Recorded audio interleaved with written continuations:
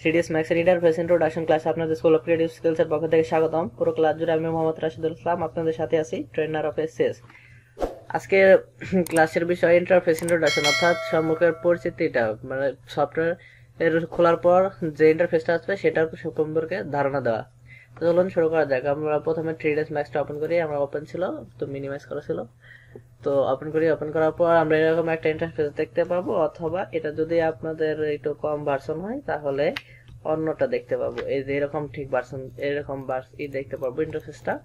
চারটা ভিউ থাকবে, একটা দুইটা তিনটা চারটা। এখানে আপনি চাইলে এখানে টপ অথবা এখানে আছে ফ্রন্ট, এখানে লেফট, এখানে পার্সপেক্টিভ, আপনি এগুলো চেঞ্জ করতে পারেন। তো শুরু করি। ফার্স্ট এটা হচ্ছে, এখানে আছে নিউ, মানে নতুন যদি প্রজেক্ট শুরু করতে চান তাহলে নিউ ক্লিক করবেন। তারপর রিসিটটা হচ্ছে, এখানে আপনি ধরেন কোনো কাজ করেছেন, এই ধরেন এইভাবে এই বক্সটা, এখানে আপনি কাজটাকে আবার বাদ দিতে চান তাহলে এখানে রিসিটে ক্লিক করবেন। ডন্ট সেভ, অথবা সেভ করতে চাইলে সেভ, ডন্ট সেভ, ইয়েস। এই তো নতুন করে আবার শুরু হয়েছে এরকম। তারপর সেভ, তারপরে সেভ অ্যাস, অবশ্যই জানেন সেভ সেভের সম্পর্কে। আর ইম্পোর্ট হচ্ছে গিয়ে কোনো প্ল্যানকে ইম্পোর্ট করা। ইম্পোর্ট ডেস্কটপ আপনার যেখানে আছে সেখান থেকে আপনি প্ল্যানটি ইনপুট দিবেন, যার উপর আপনি কাজ করবেন সেটা, অর্থাৎ ফ্লোর প্ল্যান যেটা আছে সেটা। তারপর 3ds Max ক্লাস প্ল্যান, এই তো রেডি ফর ম্যাক্স, ওপেন। তারপর ওকে, এই তো আমাদের প্ল্যানটা ওপেন হয়ে গেছে এরকম করে। তারপর আছে এক্সপোর্ট, অথবা এইখান থেকে আপনি এক্সপোর্ট করতে পারবেন যে কোনো। এক্সপোর্ট মানে জানেন তো, রপ্তানি করা, মানে কোনো জায়গায় পাঠাতে পারবেন। সেন্ড করতে পারেন মায়াতে, মোশন বিল্ডারে, তারপরে মোড বক্সে, এখানে, তারপরে এগুলো আমরা যেগুলো আমাদের কাজে লাগবে আমরা ঠিক সেগুলো এখন শিখবো। তার পরবর্তীতে যেগুলো আসবে ক্লাস ওয়াইজ আমরা আলোচনা করব। তারপর নিউ স্ক্রিন, তারপর open file, save S, radio, undo, এগুলো তো দেখালাম। এগুলো এখানে শর্টকাট। তারপরে এখানে আছে একটা রিডো আন্ডো, অর্থাৎ ধরেন আপনি যদি কোনো কাজ করে ফেলেছেন, পূর্বে অবস্থান ফিরে আসতেছেন, তাহলে আন্ডো, অথবা পূর্বে ফিরে আসতে আসতে এমন এক জায়গায় এসে গেছেন যে আপনার সামনে যাওয়া দরকার, তো এখানে রিডোতে ক্লিক করলেই হবে। আর এই দুটা সিলেক্টেড লিঙ্ক, এগুলো হচ্ছে 3D অ্যানিমেশনের জন্য, এখন আপাতত দরকার নেই। তারপর এটা হচ্ছে অল, এখানে অল বলতে বোঝাচ্ছে এখানে সবকিছু, যদি আপনি কিছু সিলেক্ট করে দেন তাহলে সবকিছু সিলেক্ট হবে। বাট যখন আপনি কাজ করবেন, ধরেন আপনার অনেকগুলা শেপ আসবে, তারপর উইন্ডো ডোর আসবে, বিভিন্ন ওয়াল আসবে, ওখানে লাইট থাকবে, ক্যামেরা থাকবে, আপনার যে কোনো নির্দিষ্ট করে সিলেক্ট করা যায় না। এখানে যদি ক্যামেরা সিলেক্ট করে কন্ট্রোল এ ক্লিক করে চাপ দেন তাহলে পুরো ক্যামেরা সিলেক্ট হয়ে যাবে। তারপর ধরেন আপনি লাইট এখানে রেখে সিলেক্ট করার পর কন্ট্রোলে প্রেস করবেন, পুরো লাইট যত আছে সবগুলো সিলেক্ট হবে। তারপর আমরা এখানে অল দেই, তারপর সিলেক্ট অবজেক্ট। তারপর এখানে দেখেন এটা হচ্ছে সিলেক্ট মুভ, এটাতে ক্লিক করার পর এটা মুভ হবে। যেমন ধরেন আমরা এটাকে রিসেট করি, রিসেট, ডন্ট সেভ, রিসেট করার পর এখানে চারটা ভিউ পোর্ট আছে, আপনি যে কোনোটাতে কাজ করতে পারেন। যে কোনোটাতে কাজ করার জন্য ধরেন আপনি এটাতে কাজ করুন, পার্সপেক্টিভে, এখানে সিলেক্ট করার সাথে সাথে চারপাশে একটা হলুদের মতো একটা দাগ আসবে, আসার পর অল্টার ডাব্লিউ, কিবোর্ড থেকে অল্টার প্রেস করে ডাব্লিউ প্রেস করুন। তারপর এই গ্রাফটাকে সরানোর জন্য আমরা কিবোর্ড থেকে প্রেস করবো জি, কিবোর্ড থেকে জি প্রেস করলে গ্রাফ চলে যাবে, জি প্রেস করলে গ্রাফ চলে আসবে। তাহলে জি প্রেস করি, প্রেস করার পর একটা বক্স, এখানে বক্স নেই, ক্লিক করে ধরে এখানে ছেড়ে দিয়ে এই পর্যন্ত, ওকে। এসকেপ কমান্ড ছেড়ে দেই। তারপরে দেখেন এটা হচ্ছে মুভ, এটা সিলেক্ট করার পর, এই অবজেক্টে সিলেক্ট করার পর এখানে মুভে ক্লিক করার পর এটা মুভ হবে।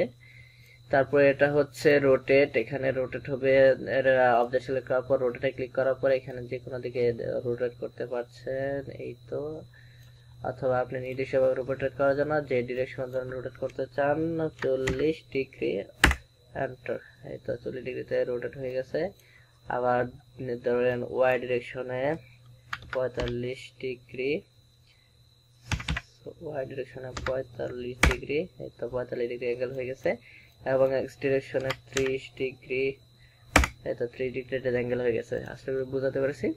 তারপর এটা হচ্ছে স্কেল, এখানে আপনি চাইলে এখানে স্কেল পরিবর্তন করবেন, এখানে স্কেলে ক্লিক করে তারপর অবজেক্টটা সিলেক্ট করুন, সিলেক্ট করার পর এখানে দেখেন এই কি মাউসটা কার্সরটা এখানে নেওয়ার সাথে সাথে ত্রিভুজ আকার হওয়ার পর ক্লিক করে ধরে উপর দিকে নিলে বাড়বে, নিচের দিকে আনলে ছোট হবে। অথবা ম্যানুয়ালি যদি করতে যদি আপনার মানে সঠিকভাবে মাপ অনুযায়ী করতে চান তাহলে অফসেট ওয়ার্ল্ডে এসে পরিবর্তন করে দেবেন। 40 হয়ে গেল, তারপরে ধরেন 200, এন্টার, বড় হয়ে গেছে 1000 দিলে বড়, বেশি বড় হয়ে গেছে তাহলে 20 দিই। ওকে, এই তো দেখতে পাচ্ছেন। তারপর এটাকে রোটেট করি। ওকে, তারপর এখানে আসছে স্ন্যাপড্রাগন, এগুলো পরে যখন আমরা কাজ করবো তখন আমরা নিব, এখন দরকার নেই আপাতত। স্ন্যাপড্রাগনে তিনটা জিনিস আছে, 2, 2.5 and 3। 2 যখন আমরা 2D তে যেকোনো কাজ করার সময় 2D সিলেক্ট করব, তারপর 2D এবং 3D করার সময় 2.5 অথবা 3D কাজ করার সময় 3, যে কোনো একটা রাখবো। 3D কাজ করার সময় 2.5 অথবা 3 রাখবো, তো আমরা 3 রাখলেই বেটার হয়। তারপর এখানে আছে অ্যাঙ্গেল এন্ড স্ন্যাপড্রাগন। তারপর এখানে এগুলো হচ্ছে লেয়ার এক্সপ্লোর, ঠিক অটোক্যাডের মতো লেয়ার। অথবা আপনার যদি 2016 অথবা 17 ভার্সন হয় তাহলে লেয়ারটা এখানে অলরেডি দেওয়া থাকবে, আর কিছু দেওয়া থাকবে। তারপর এটা ঠিক অটোক্যাডের লেয়ারের মতো, আমরা যেভাবে লেয়ার ক্রিয়েট করতাম ঠিক সেভাবেই এখানেও লেয়ার ক্রিয়েট করতে হয়। এই তো এখানে ক্লিক করার সাথে সাথে লেয়ার ক্রিয়েট হচ্ছে এগুলি। তারপর এখানে ম্যাটেরিয়াল, এখানে ম্যাটেরিয়াল বিভিন্ন ধরনের ঘাস ম্যাটেরিয়াল, ডোর ম্যাটেরিয়াল, তারপর বিভিন্ন ধরনের ম্যাটেরিয়াল যা আছে অ্যাড করার জন্য এখানে ম্যাটেরিয়াল স্লটটা দেওয়া আছে। তারপর এখানে রেন্ডার সেটআপ, রেন্ডার দেওয়ার আগে যে রেন্ডারটা সেটআপ দিতে হয়, ভিরে রেন্ডার আছে, তারপর অন্য রেন্ডার আছে, সেগুলো সেটআপ করার জন্য এই অপশনটা। তারপর এটাকে রেন্ডার দেওয়া হয়, তো রেন্ডার অথবা শিফট কিউ ধরে রেন্ডার দেওয়া হয় যে কোনো একটা। তো আমরা যখন ক্লাস করব, প্রজেক্ট ক্লাস করব, তখন আমরা সবকিছু ইনশাআল্লাহ বোঝানোর চেষ্টা করব।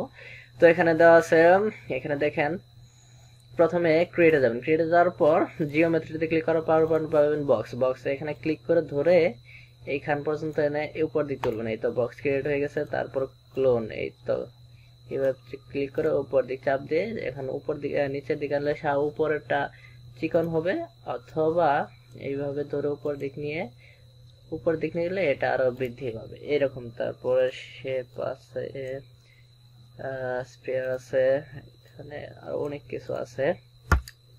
আমরা এগুলোকে সিলেক্ট করে ডিলিট করি, select plus select delete, select delete, select delete. তারপর টরাস আছে, এই তো এখন এটা বাইরের দিকে আনলে বাইরের রেডিয়াসটা বাড়বে, ভিতরের দিকে নিলে ভিতর রেডিয়াস বৃদ্ধি পাবে। তারপর টিউব আছে, পিরামিড আছে, পিরামিডটা ঠিক এরকম। তারপর টেক্সট টিপট আছে, এগুলো শিফট কিউ ধরে রেন্ডার।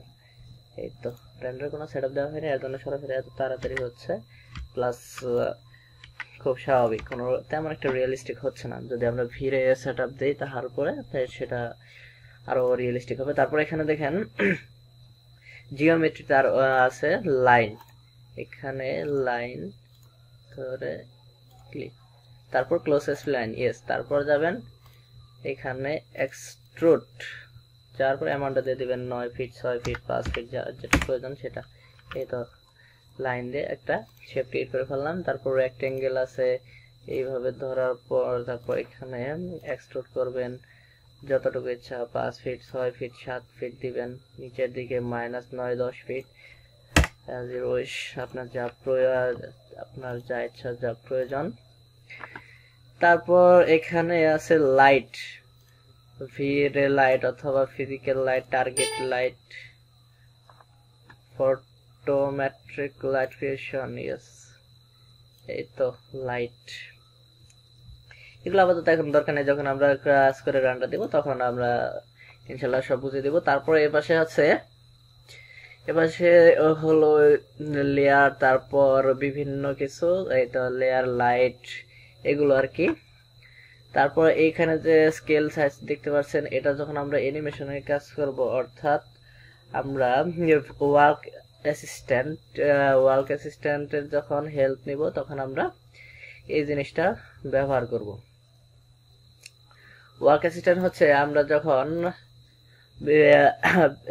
অ্যানিমেশনে কাজ করব তখন ভিডিওর মতো, অর্থাৎ এটা নাড়াচাড়া করবে, আপনি হাইটে যাইতেছেন এরকম মনে হচ্ছে, হাইটে যাওয়ার পর যতটুকু দৃশ্য ক্যাপচার হয় ঠিক সেই রকম ওয়ার্ক অ্যাসিস্ট্যান্টের কাজ।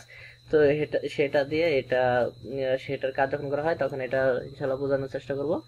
তারপর এখানে হচ্ছে গিয়ে ম্যাক্সিমাইজ ভিউপোর্ট টগল, এখানে ক্লিক করার সাথে সাথে 4টা ভিউপোর্ট হয়ে যাবে, আবার ক্লিক করলে একটা ভিউপোর্ট হবে। তারপর এটা হচ্ছে পেন, পেনে ক্লিক করে তারপর এভাবে নাড়াচাড়া করানো যায়, অথবা মাউসের মাউসের মধ্যে যে পেনটা আছে অর্থাৎ স্ক্রল বাটন যেটা বলি, সেটা মধ্যে ক্লিক করে ধরেও পেন তৈরি করা যায়।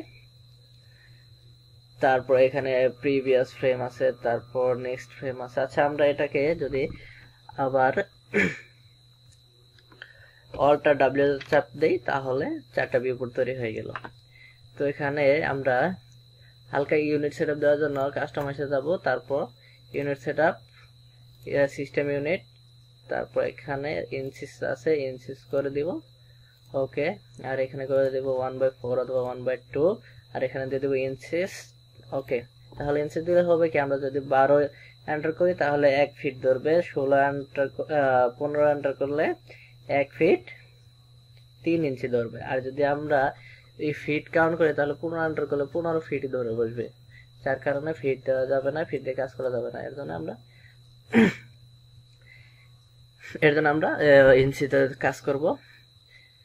তো আজকে ইনশাল্লাহ এ পর্যন্তই, আগামী ক্লাসে আরো ভালো করে সবকিছু বুঝিয়ে দেওয়া হবে, প্লাস নতুন করে প্রজেক্ট শুরু করা হবে, যেখানে ড্রয়িং এর শুরু থেকে একদম বিল্ডিং তুলে পুরো রেন্ডার দেওয়া পর্যন্ত আপনাদের পুরো কোর্সটিতে সবকিছু বুঝিয়ে দেওয়া হবে। আপনাদের যদি কোনো মতামত থাকে কমেন্ট করে জানাতে পারেন। সাথে থাকার জন্য ধন্যবাদ।